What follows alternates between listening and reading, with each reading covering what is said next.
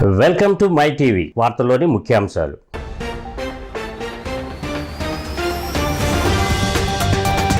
ఐదేళ్లలో కుప్పం ప్రజల రుణం తీర్చుకుంటారన్న సీఎం చంద్రబాబు. ఇక్కడి ప్రజలు తనను తిరుగులేని మెజారిటీతో గెలిపించారని సంతోషం వ్యక్తం చేసిన ముఖ్యమంత్రి.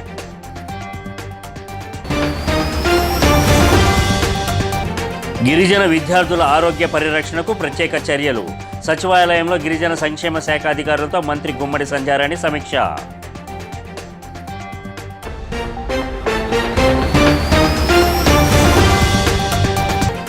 దేశంలోనే రోల్ మోడల్గా ఏపీ వ్యవసాయ రంగాన్ని అభివృద్ధి చేస్తానన్న మంత్రి అచ్చెన్నాయుడు. మంగళగిరి కార్యాలయంలో వ్యవసాయ శాఖ, కోఆపరేటివ్ శాఖలపై మంత్రి సమీక్ష.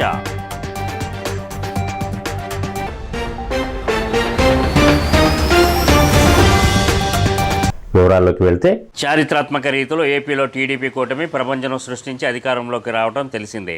ఇటీవలే చంద్రబాబు 4వ పర్యాయం ఏపీ ముఖ్యమంత్రిగా ప్రమాణ స్వీకారం చేసి బాధ్యతలు అందుకున్నారు. ముఖ్యమంత్రి అయ్యాక చంద్రబాబు మొదటిసారిగా తన సొంత నియోజకవర్గం కుప్పం వచ్చారు. హెలికాప్టర్లో వచ్చిన చంద్రబాబును చూసేందుకు కుప్పం ప్రజలు పోటెత్తారు. అడుగడుగునా తమ నేతకు నీరాజనాలు పలికారు. చంద్రబాబు అందరికీ అభివాదం చేస్తూ ముందుకు సాగారు. ఈ సందర్భంగా చంద్రబాబు ముఖంలో విజయం తాలూకు ఆనందం స్పష్టంగా కనిపించింది. కుప్పంలో తన విజయంలో కీలక పాత్ర పోషించిన కార్యకర్తలను చంద్రబాబు భుజం తట్టి అభినందించారు. చంద్రబాబుకు స్వాగతం పలికిన వారిలో చంద్రగిరి ఎమ్మెల్యే పులవర్తి నాని కూడా ఉన్నారు. బెంగళూరు నుంచి హోసూరు వరకు గ్రీన్ ఫీల్డ్ హైవే కింద 4 లేన్ వేసుకుంటే బెంగళూరుకు 1 గంటలోనే పోయే అవకాశం వస్తుందని మా వాళ్ళు చెబుతున్నారు. అది కూడా వస్తే నేరుగా బెంగళూరుకు పోయి బెంగళూరు వాళ్ళు కుప్పానికి వచ్చి వ్యాపారం చేసుకుని సాయంత్రం మళ్లీ వెళ్లిపోతారు బెంగళూరుకి. కర్ణాటకలో ఉండే నగరాలకి ఇన్ఫ్రాస్ట్రక్చర్ ఏర్పాటు చేస్తాం. ఇక్కడే ఎక్స్ప్రెస్ వే కూడా వస్తుంది, 4 లేన్ రోడ్డు వస్తుంది. ఆ ఎక్స్ప్రెస్ వే చూస్తే మన కుప్పం దగ్గర ఎక్కడో కూడా ఒక దారి పెట్టమంటే నేరుగా బెంగళూరుకు 1 గంటలో వెళ్లిపోయే అవకాశం వస్తుంది. అది కూడా నేను గడ్కరీ గారితో మాట్లాడి ఏర్పాటు చేయిస్తానని చెప్పి నేను మీకు తెలియజేస్తున్నా. నిన్న ఎన్నికల్లో యువత బ్రహ్మాండంగా పనిచేశారు. జాబు రావాలంటే ఇదే స్లోగన్ ఎక్కడ చూసినా. అందుకే నా మీద బాధ్యత పెరిగింది. మళ్లీ ఉద్యోగాలు ఇప్పించే బాధ్యత నాది. రాష్ట్ర వ్యాప్తంగా ఉన్న 554 గిరిజన పాఠశాలల్లో విద్యను అభ్యసించే విద్యార్థుల ఆరోగ్య పరిరక్షణకు ఏఎన్ఎంల సేవలను అందుబాటులోకి తీసుకువస్తున్నట్లు రాష్ట్ర గిరిజన మరియు స్త్రీ శిశు సంక్షేమ శాఖ మంత్రి గుమ్మడి సంధ్యారాణి పేర్కొన్నారు. గిరిజన పాఠశాలల్లో అనారోగ్యం, పోషక ఆహార లోపం సమస్యలు తలెత్తకుండా, తద్వారా విద్యార్థుల మరణాలు సంభవించకుండా పటిష్టమైన చర్యలు చేపడుతున్నట్లు ఆమె తెలిపారు. అమరావతిలోని రాష్ట్ర సచివాలయంలో గిరిజన సంక్షేమ శాఖ అధికారులతో మంత్రి సమీక్ష నిర్వహించిన తదుపరి పబ్లిసిటీ సెల్లో పాత్రికేయులతో మాట్లాడుతూ గిరిజనుల సమగ్రాభివృద్ధికి తీసుకుంటున్న చర్యలను వివరించారు. ట్రైబల్ స్కూల్స్లో పిల్లలు అనారోగ్య కారణాల వల్ల చనిపోవటం కానీ, అలాగే బాగా ఎనిమిగ్గా ఉండి పిల్లలు ఇబ్బంది పడడం కానీ ఇవన్నీ జరుగుతున్నాయి. కాబట్టి ఇంకా చంద్రబాబు నాయుడు గారు ముఖ్యమంత్రిగా ఉండేటప్పుడు ఈ పథకం ఏం కొత్తది కాదు. బాబు గారు ముఖ్యమంత్రిగా ఉండేటప్పుడే ఏఎన్ఎంస్ని ప్రతి హాస్టల్స్లో వేసి అక్కడున్న పిల్లలకి ఆరోగ్యాన్ని పర్యవేక్షణ అనేది జరుగుతుండేది. అలాగే మంత్లీ వన్స్ డాక్టర్ కూడా వెళ్ళి హాస్టల్స్లో పిల్లల్ని పరీక్షించే పరిస్థితి కూడా అప్పుడు ఉండేది. ఆ పరిస్థితి మళ్ళీ ఇప్పుడు కొనసాగించాలని వాళ్ళకి తెలియజేస్తూ, అలాగే ఫీడర్ అంబులెన్స్లు ఏమున్నాయో అప్పుడు దానివల్ల కొండల మీద గిరిశిఖర గ్రామాల్లో ఉన్నవాళ్ళు కిందకు వచ్చి హెల్త్ ఇబ్బంది లేకుండా ఉండేది. మళ్ళీ ఫీడర్ అంబులెన్స్లు కూడా కొనసాగించాలని, అలాగే తల్లి బిడ్డ ఎక్స్ప్రెస్తో ఎవరైతే ప్రసవ అనంతరం తల్లి బిడ్డను తీసుకొని వాళ్ళ గమ్యస్థానాలకు చేర్చడానికి ఆ వెహికల్ ఉపయోగించేవాళ్ళు. అది ఇప్పుడు చాలా వరకు ఉపయోగంలో లేకుండా అయిపోయింది. కాబట్టి తల్లి బిడ్డ ఎక్స్ప్రెస్ని ఉపయోగించాలని దేశంలోనే రోల్ మోడల్గా ఆంధ్రప్రదేశ్ వ్యవసాయ రంగాన్ని తీర్చిదిద్దుతామని రాష్ట్ర వ్యవసాయ శాఖ మంత్రి కింజరాపు అచ్చెన్నాయుడు అన్నారు. మంగళగిరిలోని కార్యాలయంలో వ్యవసాయ శాఖ కోఆపరేటివ్ శాఖపై సమీక్షా సమావేశం అనంతరం ఆయన మాట్లాడుతూ, సమావేశంలో అధికారులు చెప్పిన విధానాన్ని చూస్తుంటే వ్యవస్థలన్నింటినీ గత ప్రభుత్వం చిన్నాభిన్నం చేసిందని విమర్శించారు. ఖరీఫ్ సీజన్ ప్రారంభమవుతున్న తరుణంలో వ్యవస్థలను గాడిలో పెట్టడానికి కృషి చేస్తున్నామని అన్నారు. ఖరీఫ్ సీజన్లో రైతులకు విత్తనాలు, ఎరువులు సకాలంలో అందే విధంగా కృషి చేస్తామని అన్నారు. ముఖ్యమంత్రి చంద్రబాబుతో మాట్లాడి 2 రోజులలో బ్యాంకర్లతో సమావేశం జరిపి లోన్లు కూడా ఇచ్చే విధానంపై ఆలోచిస్తామని అన్నారు. దేశానికి వెన్నుముక రైతే అని చెప్పే మాటల కన్నా చేతల్లో చేసి చూపించాలని, అందుకు చంద్రబాబు నాయుడు నాయకత్వంలో వ్యవసాయ రంగాన్ని దేశంలోని అగ్రగామిగా ఆంధ్రప్రదేశ్ ఉండే విధంగా తీర్చిదిద్దుతామని అన్నారు. ఇక్కడ ఎవరు విత్తనం అందలేదనే మాట రాకూడదు, ఎరువులు అందలేదనే మాట రాకూడదు. 2-3 రోజుల్లో బ్యాంకర్స్ సమావేశం కూడా ముఖ్యమంత్రి గారితో మాట్లాడి లోన్ ప్యాటర్నింగ్ కూడా ఏ విధంగా చేయాలనేది ప్లాన్ చేస్తాం. ఎక్కడ కూడా ఈ 5 సంవత్సరాలు వ్యవసాయదారుడు మెకనైజేషన్లో ఒక చిన్న బోల్టు నట్టు కొడవలు ఇచ్చిన పరిస్థితి కూడా లేదు. అంటే మొత్తం డీఫంక్ చేశారు డిపార్ట్మెంట్. మళ్ళీ దీనిలో లైన్లో పెట్టాలంటే కొంత సమయం పడుతుంది. ఈరోజు సమావేశంలో ఓన్లీ ప్రిలిమినరీ బ్రీఫింగ్ అంతా తీసుకుని కొంత ఐడియాకి వచ్చాం. మీరు చూస్తారు, ఆంధ్రప్రదేశ్ అయినా దేశమైనా అందులో ఎవరం మాట్లాడినా దేశానికి వెన్నుముక అన్నదాత, దేశానికి పట్టుగొమ్మలు రైతులు అని చెప్పి మాట్లాడతారు. కానీ చేతల్లో అది ఆచరించే వాళ్ళు చాలా తక్కువ. నేను మాటిస్తున్నాను, చంద్రబాబు గారి నాయకత్వంలో మళ్ళీ వ్యవసాయ శాఖ, వ్యవసాయ అనుబంధ శాఖలు మళ్ళీ దేశంలోనే ఒక అగ్రగామిగా తీసుకెళ్ళడానికి నేను శాయశక్తుల కృషి చేస్తాను. జలసాలకు అలవాటు పడ్డ 2 యువకులు మరో 2 మైనర్ల సహాయంతో ద్విచక్ర వాహనాల చోరీతో పాటు సెల్ ఫోన్లను దొంగిలించడం గత కొంతకాలంగా చేస్తూ ఎట్టకేలకు పోలీసులకు పట్టుబడ్డారు. దీనికి సంబంధించి గాజువాక స్టేషన్లో ఏర్పాటు చేసిన మీడియా సమావేశంలో క్రైమ్ డీసీపీ ఎం వెంకటరత్నం వివరాలు తెలిపారు. విశాఖ మాధవదహర ప్రాంతానికి చెందిన సుంకర జగదీష్, కంచెరపాలెనికి చెందిన చిక్కల భరతులు జలసాలకు అలవాటు పడి చోరీలు చేస్తూ నేర వృత్తిని కొనసాగిస్తున్నట్లు తెలిపారు. Gajuwaka, Anandapuram, new port, airport, Dwaraka, 2 town, 3 town స్టేషన్ల పరిధిలో చోరీలకు పాల్పడినట్టు తెలిపారు. వీరి నుంచి 6 మోటార్ సైకిళ్లు, 3 సెల్ ఫోన్లు స్వాధీనం చేసుకున్నట్లు తెలిపారు. వీరిని గాజువాక సమీపం శీలానగర్ ప్రాంతంలో పట్టుకున్నట్లు చెప్పారు. ఈ సమావేశంలో zone 2 crime ACP CH Shyamalarao, south sub division crime inspector K Srinivasarao తదితరులు పాల్గొన్నారు. ఒక వెహికల్ గాజువాక పోలీస్ స్టేషన్ లిమిట్స్లో జరిగిందండి. ఇంకొకటి ద్వారకాలో cell phone snatching. Next again మళ్ళీ గాజువాకలోనే అదండి బైక్ థెఫ్ట్. నెక్స్ట్ న్యూపోర్ట్ ఏరియాలో 2 బైక్ థెఫ్ట్లు జరిగాయి. అలాగే ఆనందపురంలో అక్కడ బ్రిడ్జ్ కింద ఒక బైక్, అదేంటంటే తోసుకొని వచ్చేసారు ఎక్కడ వరకు ఎండాడ వరకు తోసుకొని వచ్చేసారు బండి 2 అలాగే. నెక్స్ట్ ఎయిర్పోర్ట్ ఏరియాలో లోపల పెట్టింది బ్రేక్ చేసేసి, గేటు తాళం అది బ్రేక్ చేసేసి మరి బండి తీసుకురావడం జరిగింది. అలాగే 3 టౌన్ అండ్ 2 టౌన్ లిమిట్స్లో 2 సెల్ ఫోన్ స్నాచింగ్.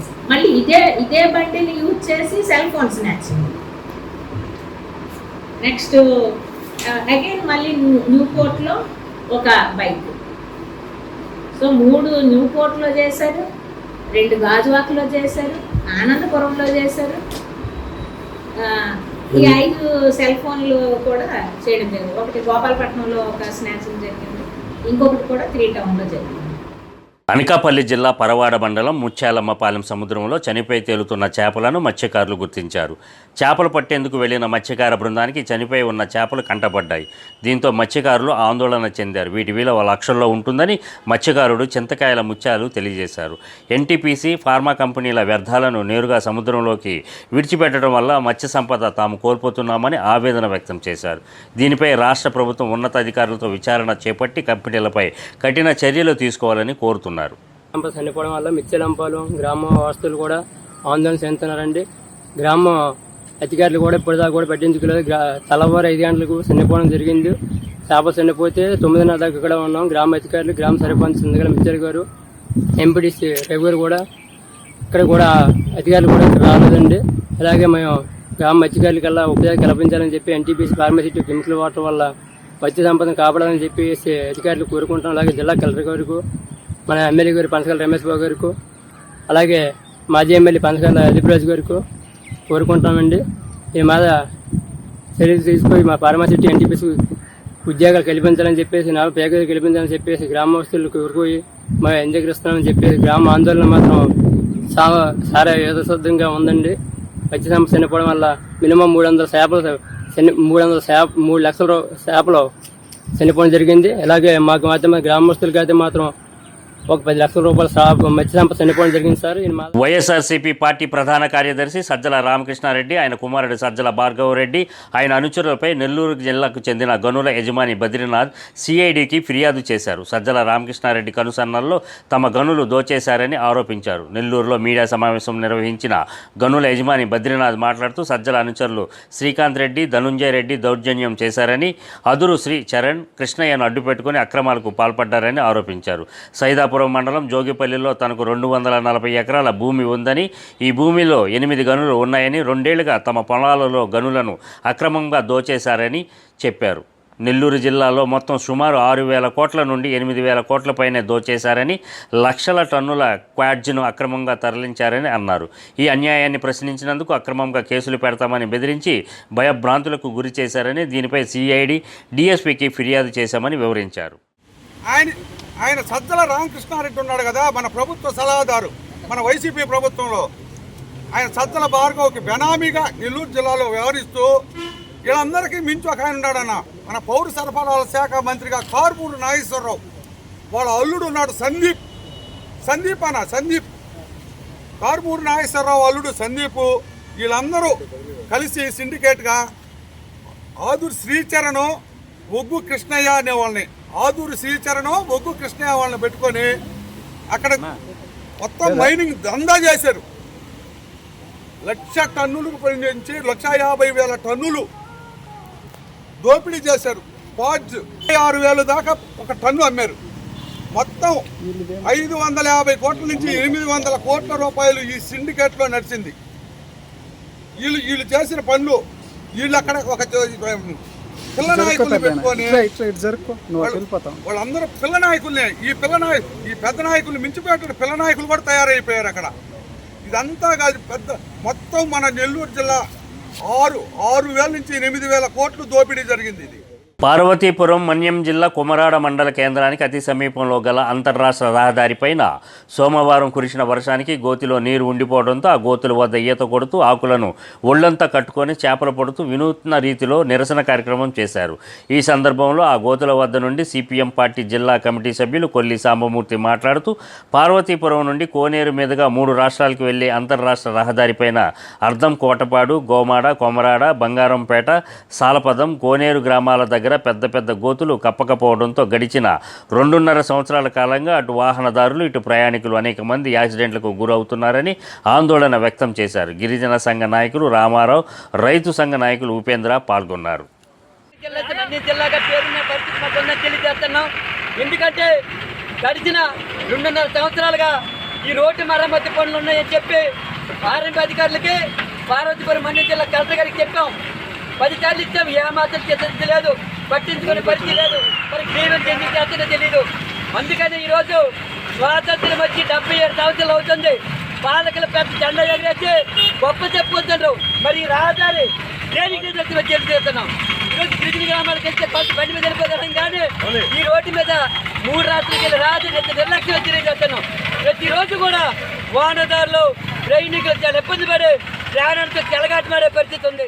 బాపట్ల జిల్లా కర్లపాలెం రోడ్డు టీచర్స్ కాలనీ వద్ద మోటార్ వెహికల్ ఇన్స్పెక్టర్ ప్రసన్నకుమారి మరియు assistant motor vehicle inspector Kishore సంయుక్తంగా వాహన శోధకులను ఆపి వారి వద్ద సరిపోయిన పత్రాలు లేకపోవడం వల్ల అపరాధ రుసుం విధించారు. ఈ సందర్భంగా మోటార్ వెహికల్ ఇన్స్పెక్టర్ ప్రసన్నకుమారి మాట్లాడుతూ తాము స్పెషల్ డ్రైవ్ నిర్వహించి వాహనాలను ఆపి తనిఖీ చేసే ఆ వాహన శోధకుల వద్ద సరైన పత్రాలు లేకపోవడం వల్ల అపరాధ రుసుం విధించడం జరిగిందని అన్నారు. 18 సంవత్సరాలు నిండని మైనర్ పిల్లలకు తల్లిదండ్రులు వాహనాలను నడపడానికి ఇచ్చి ఇచ్చి ఇబ్బంది కొని తెచ్చుకోవద్దని సూచించారు. తప్పనిసరిగా ప్రతి ఒక్కరూ హెల్మెట్ ధరించి వాహనాన్ని నడపాలని కోరారు. ముఖ్యంగా మైనర్ డ్రైవింగ్ మరియు రాంగ్ రూట్ డ్రైవింగ్ చేసేవారి వెహికల్స్ని కూడా పట్టుకొని వాటికి అపరాధ రుసుము విధించడం జరిగింది. ఈ మధ్య కాలంలో ఎక్కువగా యాక్సిడెంట్ల కేసులు మేము ఇన్స్పెక్షన్ చేయడం జరిగింది. ముఖ్యంగా అందులో మెజారిటీ వెహికల్స్లో 2 వీలర్స్ ముఖ్యంగా ఉన్నాయన్నమాట. అందుకని 2 వీలర్స్ మీద స్పెషల్ డ్రైవ్ చేయడం జరుగుతుంది. ఇందులో భాగంగా తల్లిదండ్రులు దయచేసి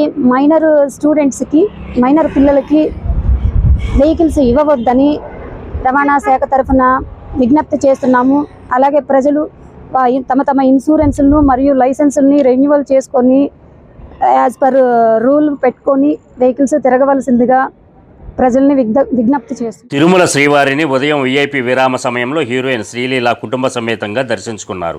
దర్శనం అనంతరం రంగనాయకుల మండపంలో వేద పండితులు వేద ఆశీర్వాదం అందించగా టీటీడీ అధికారులు తీర్థ ప్రసాదాలు అందించారు. ఆలయం వెలుపల శ్రీలీల మాట్లాడుతూ తమ అమ్మమ్మ పుట్టినరోజు సందర్భంగా శ్రీవారిని దర్శించుకోవడం చాలా సంతోషంగా ఉందని అన్నారు. ఏదైనా ప్రారంభించే ముందు స్వామివారిని దర్శించుకోవడం మంచిదని అన్నారు. త్వరలో రాబిన్ హుడ్ సినిమా ప్రారంభం కానున్నదని హీరోయిన్ శ్రీలీల తెలిపారు. అలాగే స్వామివారి దర్శనం చాలా బాగా అయింది. ఆ అదృష్టం మాకు కలిగింది కాబట్టి చాలా సంతోషంగా ఉంది. అండ్ అది మనకి మామూలుగా కూడా ఏమైనా స్టార్ట్ చేసే ముందు ఒక పని అయిన తర్వాత అయినా లేకపోతే జస్ట్ మామూలుగా ఒక అలవాటు అందరికీ తిరుపతి రావడం ఒక నమ్మకం ఉంటుంది. అలాగే ఇవాళ నేను వచ్చానంటే చాలా సంతోషంగా ఉంది. అంతర్జాతీయ మాదక ద్రవ్యాల నిర్మూలన దినోత్సవం సందర్భంగా అరకలోయలో ఎక్సైజ్ శాఖ మరియు అల్లూరి సీతారామరాజు పబ్లిక్ స్కూల్ విద్యార్థులు 4 రోడ్ల కూడలి వరకు భారీ ర్యాలీ నిర్వహించారు. అనంతరం మానవహారంగా ఏర్పడి నినాదాలు చేశారు.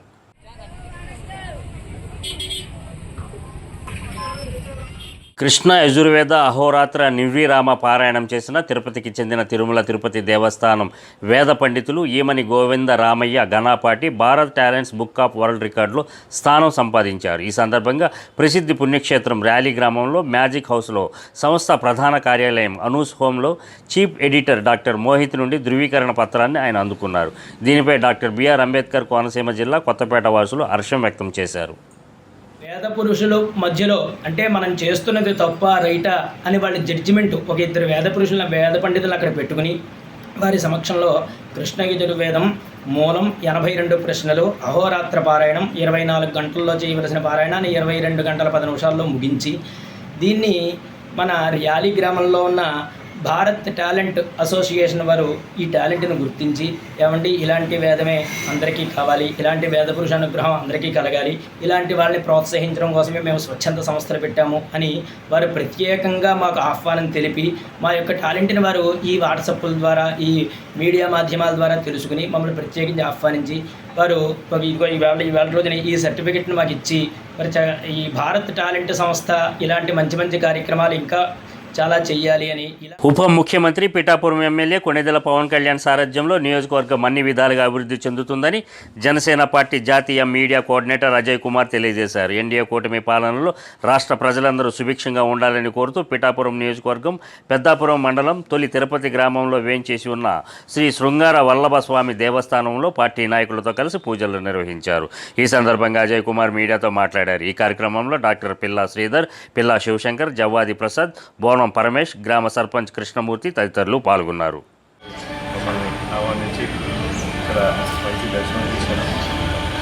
స్వామివారు వేల సంవత్సరాల నుంచి ఇక్కడనే స్వయం ప్రతిష్టాపన కూర్చోవాలని చెప్పి మన దేశంలో 118 తిరుపతులు ఉన్నాయని చెప్పి అందులో తొలి తిరుపతి అని చెప్పి లోపల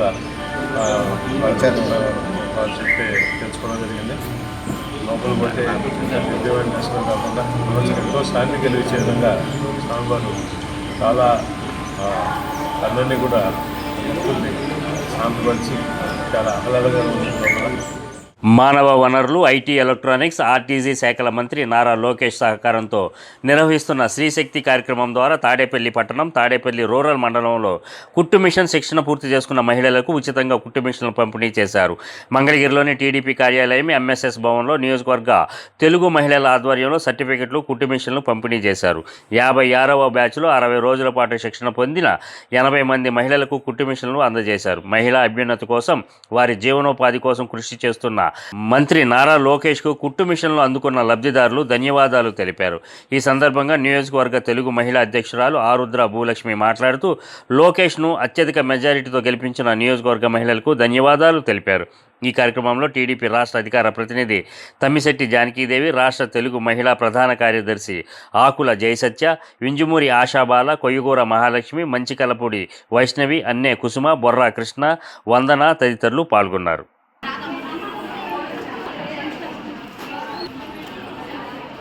సోదర భావంతో కలిసిమెలిసి జీవిస్తున్న మాల మాదిగల మధ్య కళాకారుల పెన్షన్ విషయంలో ఇబ్బందులు సృష్టిస్తున్న వారిపై చర్యలు తీసుకోవాలని, పాత పద్ధతిలోనే పెన్షన్ విధానాన్ని కొనసాగించాలని ఆంధ్ర మాల మహానాడు వ్యవస్థాపక అధ్యక్షుడు సిద్ధాంతాల కొండబాబు తెలియజేశారు. ఈ మేరకు కాకినాడ జిల్లా పెదపూడి మండల అభివృద్ధి అధికారికి వినతి పత్రం అందజేశారు. మాల కులానికి చెందిన కళాకారుల పెన్షన్ నిలిపివేయాలని, ఇద్దరి మధ్యన వైషమ్యాలు సృష్టించాలని చూస్తున్న వ్యతిరేక వర్గం వారిని కంట్రోల్ చేయాలని కోరారు.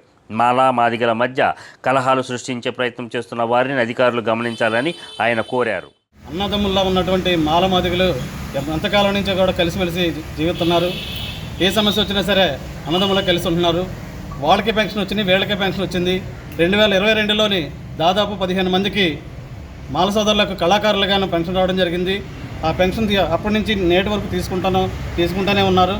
ఈ మధ్యన ఒక వారం క్రితం కొంతమంది మా సోదరులే ఎస్సీ మాలలకి ఎటువంటి పరిస్థితుల్లోని పెన్షన్ ఉండకూడదనే దురాలోచనతోటి ఇక్కడ ఫిర్యాదు ఇవ్వడం జరిగింది డిఆర్డీఏలోని.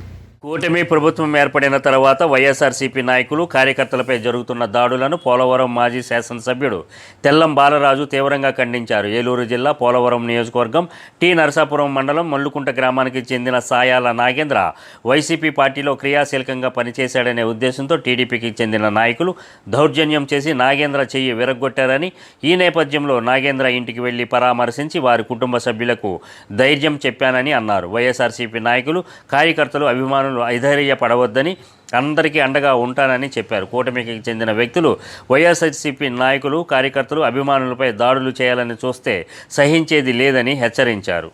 మా వైఎస్ఆర్సీపీ నాయకులు కానీ, కార్యకర్తలు కానీ ఇలాంటి దాడులు కానీ, దౌర్జన్యాలు కానీ ఇప్పుడు కూడా చేయలేదు. కానీ ఈరోజు కూటమి అధికారం వచ్చిన తర్వాత విచ్చలవిడిగా రాష్ట్రంలో కానీ, ఇటు పోలవరం నియోజకవర్గం కానీ అనేక సంఘటనలు జరిగినాయి.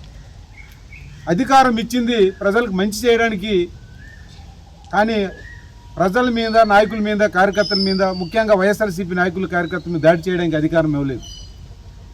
ఈ సంఘటనలకి, ఈ దాడులకి, దౌర్జన్యాలకి చంద్రబాబు నాయుడు, అదేవిధంగా పవన్ కళ్యాణ్ కూడా బాధ్యత వహించాలి.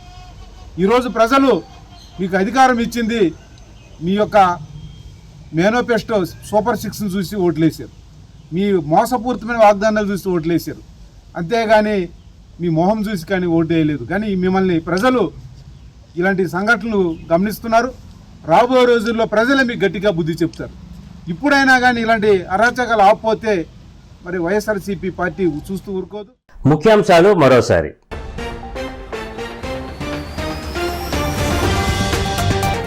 ఐదేళ్లలో కుప్పం ప్రజల రుణం తీర్చుకుంటారన్న సీఎం చంద్రబాబు. ఇక్కడి ప్రజలు తనను తిరుగులేని మెజారిటీతో గెలిపించారని సంతోషం వ్యక్తం చేసిన ముఖ్యమంత్రి.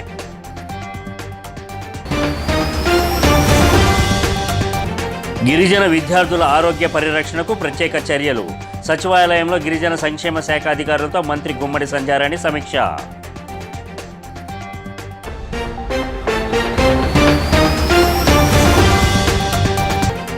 దేశంలోనే రోల్ మోడల్గా ఏపీ వ్యవసాయ రంగాన్ని అభివృద్ధి చేస్తానన్న మంత్రి అచ్చెన్నాయుడు. మంగళగిరి కార్యాలయంలో వ్యవసాయ శాఖ, కోఆపరేటివ్ శాఖలపై మంత్రి సమీక్ష.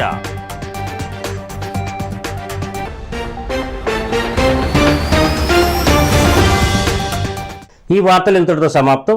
మరో బులెటిన్లో మరలా కలుద్దాం. అంతవరకు సెలవు.